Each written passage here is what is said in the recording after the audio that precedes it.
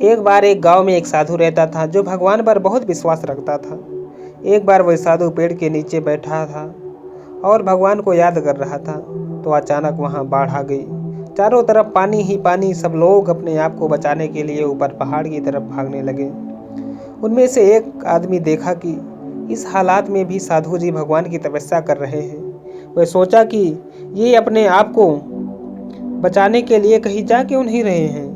तो उसे साधु से बोला, अरे आप कहीं जा क्यों नहीं रहे हो?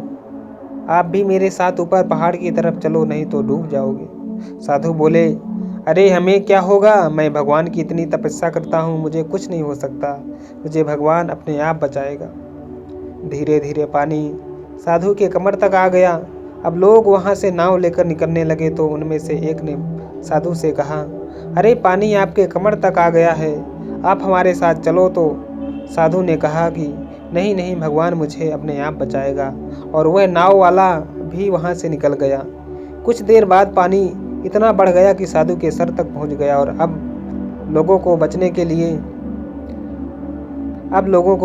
के लिए हेलीकॉप्टर निकलने लगे। एक हेलीकॉप्टर साधु के पास आया, जो कि आखिरी हेलीकॉप्टर था।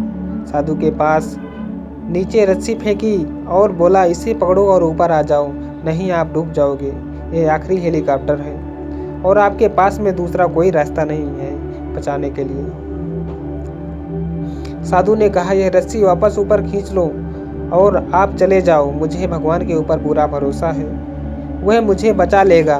पानी काफी ऊपर आ गया, पेड़ डूब गया और साधु की डूबने से मौत हो गई।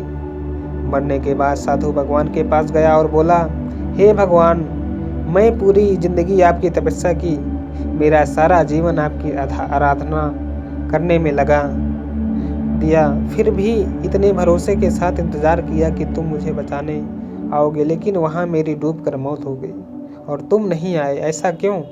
भगवान बोले, मूर्ख इंसान, एक नहीं 3 बार आया था, वो तीनों बार मैं ही तो था। पहला पैदल, दूसरा नाव के द्वारा और तीसरा हेलीकॉप्टर के द्वारा, लेकिन तुमने मेरा एक भी अवसर पहचान नहीं पाया।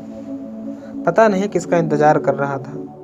इस तरह से जिंदगी में हमें ऊपर वाला बहुत से मौके देता रहता है, लेकिन हम सब उस मौके को ठुकराकर पता नहीं किस चीज़ का इंतजार कर रहे होते हैं कि वो होगा तभी मैं करूँगा, और इस बात पर अड़े रहते हैं। एक वक्त के बाद वो मौका हाथ से निकल जाता है और सब कुछ नहीं कर पाते।